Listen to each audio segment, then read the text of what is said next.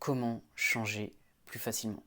Pour créer un changement, il y a différentes manières, différentes méthodes, stratégies. Maintenant, dans cette vidéo, j'aimerais te partager vraiment une méthode qui s'attaque à l'essentiel, au changement principal que tu devrais faire, qui va ensuite influencer, découler sur les changements secondaires, sur les détails. Donc vraiment, on part du cœur pour ensuite se développer. Si tu veux améliorer ton mental pour être plus performant, tu peux t'abonner à cette chaîne et activer la petite clochette pour ne rien louper. Donc ce que je voulais te partager aujourd'hui dans cette vidéo, pour créer un changement, c'est de partir de ton identité. Par exemple, si tu n'es pas sportif, c'est commencer à te dire et à te voir vraiment, à te penser de cette manière, je suis sportif. C'est-à-dire que si tu veux partir dans une direction, que tu as un objectif en tête, ton identité va devoir être alignée avec cet objectif.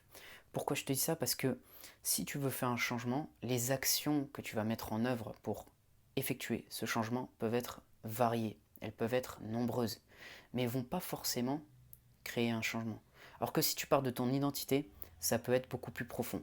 Admettons que tu veuilles devenir sportif, tu peux faire 36 actions différentes, tu peux essayer un marathon, tu peux courir seul, tu peux faire de la musculation, mais il n'y a pas forcément ces actions-là, en fait, si tu veux, tu peux les mettre en place, mais elles ne vont pas forcément créer un changement à 100%.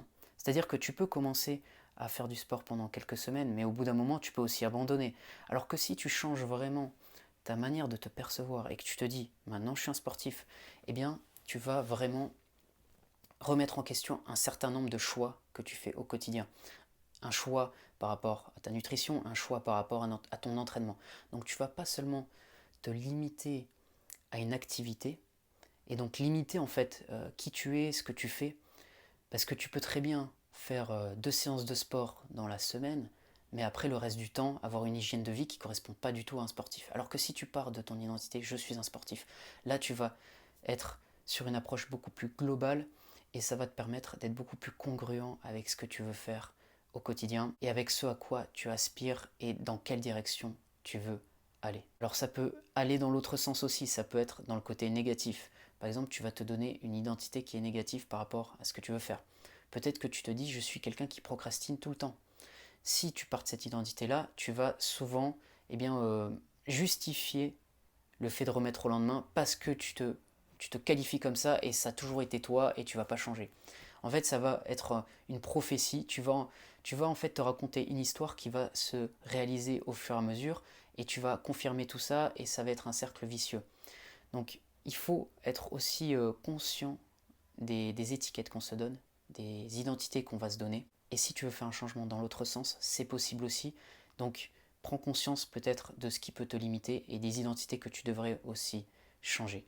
Maintenant, l'identité, c'est important. Se dire, ok, je veux être ou je suis déjà comme ça. Je suis déjà un sportif, je suis un sportif, je suis quelqu'un qui est sociable, comme je te le disais tout à l'heure. Mais ça ne suffit pas. Il va falloir aussi agir.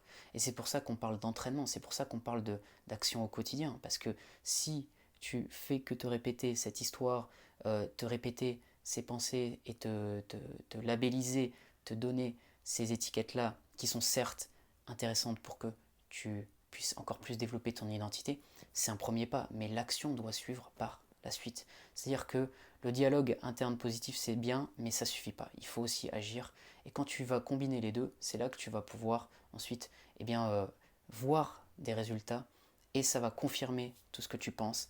Et à partir de là, tu vas continuer à agir dans la bonne direction. Donc voilà ce que je voulais te partager dans cette vidéo sur l'identité. J'espère que ça t'a aidé. Si c'est le cas, tu peux mettre un j'aime, tu peux t'abonner à cette chaîne si tu veux d'autres contenus sur la préparation mentale.